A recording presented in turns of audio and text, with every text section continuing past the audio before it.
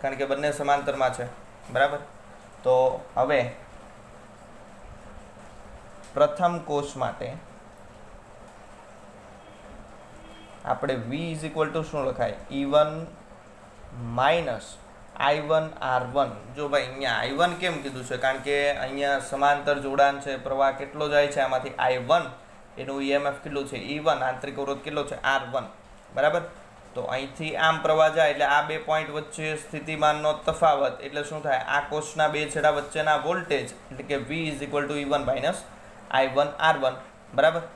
समीकरण नंबर 1 અને બીજા કોષ માટે v = E2 - I2 R2 સમીકરણ નંબર 2 બે સમીકરણ મળ્યા। હજી આના પરથી અલગ સમીકરણ લાવવાના છે। આમાંથી આપણે I1 ને I2 ને કરતા બનાવવાના છે। તો આમાંથી I1 ને કરતા બનાવવો હોય તો આ જે આખું પદ છે માઈનસ વાળું એને પેલી સાઈડ મોકલી દો એટલે પ્લસ થઈ જાય અને v છે એ અહીંયા આવી જાય એટલે માઈનસ થઈ જાય બરાબર। એટલે શું વધે I1 R1 = E1 - V। Okay હવે I1 ને કરતા બનાવો એટલે R1 છેદમાં જાય તો E1 - V / R1 ઓકે। એવી જ રીતે અહીંયા આપણે I2 ને કરતા બનાવીએ તો I2 R2 = E2 - V। તો I2 = E2 - V / R2 okay. तो I1 મળી ગયા I2 મળી ગયા। હવે તમે આકૃતિમાં જુઓ તો I1 અને I2 એટલે કે અહીંથી અહીંયા I1 આવે છે અહીંથી અહીંયા I2 આવે છે બંને ભેગા થઈને શું બનાવે છે I પ્રવાહ બનાવે। તો I = શું લખાય I1 + I2 લખાય કુલ પ્રવાહ I આકૃતિ પરથી કુલ પ્રવાહ I = શું લખાય I1 + I2। ચાલો I1 I2 બેની કિંમત તમે અહીંથી મૂકવાની છે। I1 ની જગ્યાએ મુકાય E1 - V / R1 + E2 - V / R2 બરાબર। હવે R1 ને R2 છે બંને નીચે સેપરેટ કરી દો તો અહીંયા આપણી પાસે મળશે E1 / R1 - V / R1 વત્તા અહીંયા પણ E2/R2 - V / R2। चलो હવે અહીંયા v વાળા પદ છે એ બંને ભેગા કરી લો અને એમાંથી v કોમન નીકળી દો અને E1 E2 વાળા પદ છે ભેગા કરી લો તો E1/R1 + E2/R2 આ બંનેમાંથી -v કોમન નીકળે એટલે વધે શું 1/R1 અહીંયા 1/R1 વધે અને પ્લસ અહીંયા વધશે 1/R2 અને = શું છે I છે બરાબર। હવે આ સમીકરણમાંથી આપણે v ને કરતા બનાવવો છે बराबर। तो आज माइनस वालों पद है आ बाजू लई आवो अने I ने पेली साइड मोकली दो बराबर। एटले आ पद डाबी बाजुए लखूँ छूँ अने I ने हूँ पेली साइड मोकली दऊँ छूँ एटले हवे समीकरण जोजो के भाई v 1/R1 + 1/R2 = E1/R1 + E2/R2 -I कारण के I उड़ीने आ बाजू आई आव्यो बराबर। हवे अहींया जुओ तमे आनुं सादुं रूप आपो तो आ तमने खबर छे 1/R इक्विवेलेंट = 1/R1 + 1/R2 थाय। तो एना परथी आपणे डायरेक्ट शॉर्टमां लखता लसा लईने R1 R2 / R1 + R2 बराबर। तो एवी ज रीते अहींया करवानुं छे अहींया पेला लसा लेवानो छे बराबर। तो R2 अहींया जाय R1 अहींया जाय एटले के R1 + R2 / R1 R2 = अहींया पण लसा लई लो चलो R2 अहींया गुणाय R1 अहींया गुणाय तो E1 R2 + E2 R1 छेदमां बेनो गुणाकार R1 R2 -I।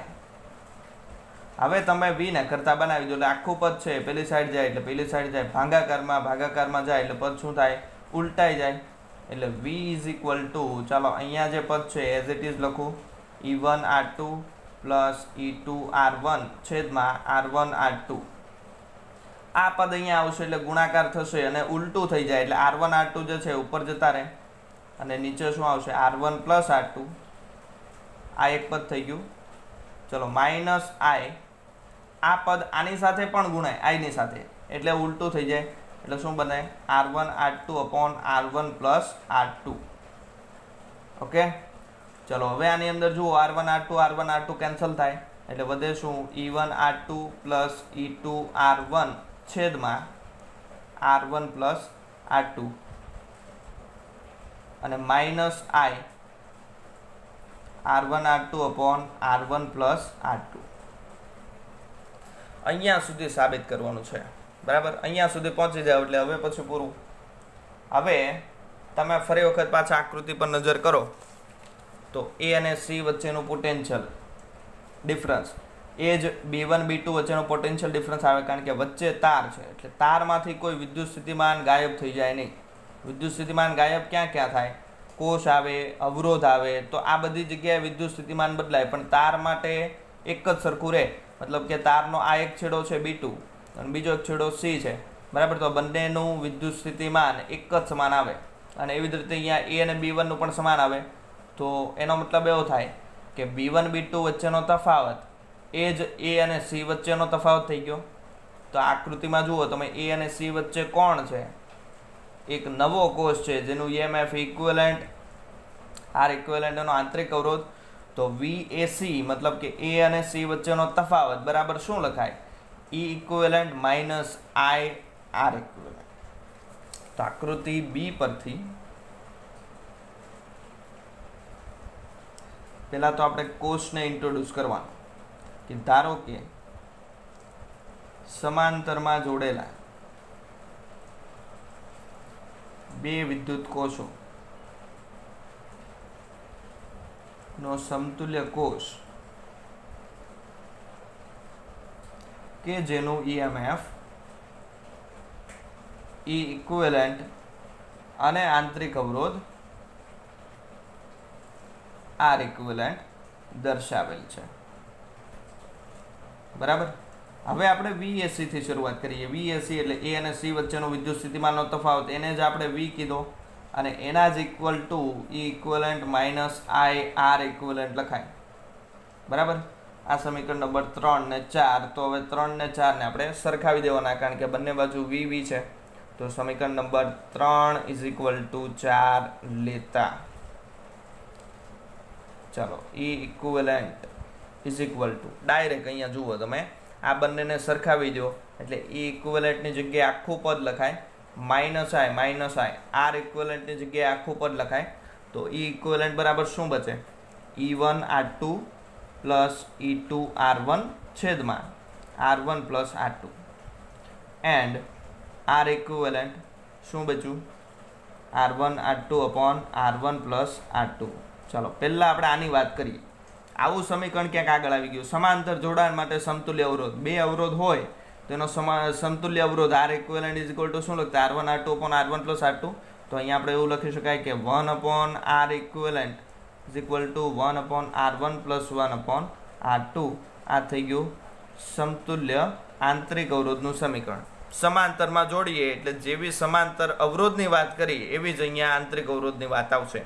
શ્રેણીમાં પણ એવું જ થતું હતું R1 પ્લસ R2, બરાબર. અને અવરોધમાં પણ એવું જ સેમ થતું હતું. એટલે કોષ હોય કે અવરોધ હોય, બરાબર, એના અવરોધનું સમતુલ્ય મેળવવાનું હોય એટલે જે આપણે અવરોધમાં કર્યું એવી જ વસ્તુ આપણે કોષમાં કરવાની. પણ અહીંયા EMFમાં થોડોક ડિફરન્સ પડે છે. અહીંયા હવે આપણે આવું કંઈક લખાશે E equivalent upon R equivalent is equal to E1 by R1 plus E2 by R2. આવું સમીકરણ લખાય. ભાઈ આવું સમીકરણ કેમ લખ્યું? જો આમાંથી થોડુંક કંઈક નવું કરવાનું છે. આમાંથી આપણે આ લેવા છીએ, આપણે રફમાં દર્શાવીએ. ફેર બુકમાં આપણે એવું કંઈ દર્શાવવાનું છે નહીં.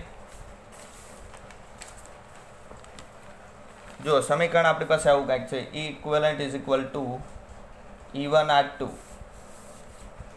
Plus E2 R1 upon R1 plus R2. આવું છે, બરાબર. હવે આખા સમીકરણને હું બંને બાજુ R ઇક્વિવેલન્ટ વડે ભાંગું એટલે E equivalent by R equivalent થઈ ગયું, બરાબર. તો અહીંયા જુઓ E1 R2 plus E2 R1 છેદમાં R1 પ્લસ R2 અને આને ભાગાકારમાં R ઇક્વિવેલન્ટ કરવાના છે. હવે R ઇક્વિવેલન્ટની જગ્યાએ શું છે? R1 R2 upon R1 plus R2, બરાબર. તો R ઇક્વિવેલન્ટ છેદમાં છે, મતલબ કે આ પદ છેદમાં આવશે, આ પદ અંશમાં જતું રહે એટલે R1 પ્લસ R2 છેદમાં R1 R2. Okay, R1 plus R2 R1 plus R2 cancel થાય એટલે જવાબ શું આવે E1 R2 plus E2 R1 છેદમાં R1 R2. આને તમે એક સ્ટેપ ઉપર જાઓ તો આવું કંઈક લખાય E1 upon R1 plus E2 upon R2. કેમ લખાય? કારણ કે આવું પદ આગળ આવી ગયું છે, આના પરથી આપણે લસા લ્યો તો આ આવશે, બરાબર. તો એનો મતલબ કે આનું સિમ્પલ ફોર્મ આવું લખી શકાય E1 upon R1 plus E2 upon R2, બરાબર. તો અહીંયા આપણે ઇક્વેશન આવી ગયું ઇક્વિવેલન્ટ અપોન R ઇક્વિવેલન્ટ. તો E1 upon R1 plus E2 upon R2 એ આપણે રફમાં દર્શાવવાનું છે. એટલે આ થઈ ગયું સમાંતર જોડાણમાં સમતુલ્ય EMF ઇક્વિવેલન્ટ, બરાબર. આમાંથી કરતા બનાવો તો R ઇક્વિવેલન્ટ અહીંયા ગુણાકારમાં જાય, બરાબર. તો આ બંને સમીકરણ તમારે યાદ રાખવાના છે. સમાંતર જોડાણ હોય તો સમતુલ્ય EMF આટલું થાય, સમતુલ્ય આંતરિક અવરોધ આટલો થાય. હવે આમાં પણ જે આપણે શ્રેણીમાં કન્ડિશન લગાડી એવી કે માની લો આ પ્રકારની કન્ડિશન છે. અહીંયા આપણે શું કર્યું છે કે બે બેટરી છે, બેના ધન ધ્રુવને એક છેડે ભેગા કર્યા ને, પણ આને ઉલટાવી નાખું કે ભાઈ આનો ઋણ અને આનો ધન ભેગા થઈ જાય, અને એવી જ રીતે આનો ધન અને આનો ઋણ ભેગા થઈ જાય. તો શું કરવાનું? એક જ વસ્તુ યાદ રાખવાની, જે કોષમાં વિદ્યુત પ્રવાહ ધનમાં દાખલ થાય, જો આને તમે ઉલટાવો એટલે I2 પ્રવાહ શું થાય? આના ધનમાં દાખલ થાય, અથવા તો ઋણમાંથી બહાર નીકળે, બરાબર. તો એનું EMF કેવું લેવાનું? માઇનસ લેવાનું રહેશે, બરાબર. તો એ પ્રકારની કન્ડિશન હોય તો શું ફેરફાર થાય? અહીંયા ખાલી માઇનસ આવશે, આમાં કોઈ ફેરફાર થશે નહીં. આંતરિક અવરોધમાં કોઈ ફેરફાર થાય નહીં, માત્ર EMFમાં જ ચેન્જીસ આવે. તો એ પણ આપણે દર્શાવી દઈએ.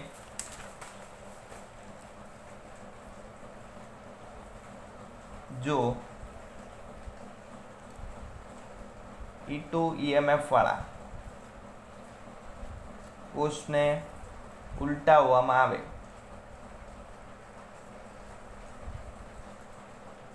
તો E2 ના બદલે માઇનસ E2 લેવા, બરાબર. આ એક ખાલી શોર્ટ નોટ લખી રાખી છે. હવે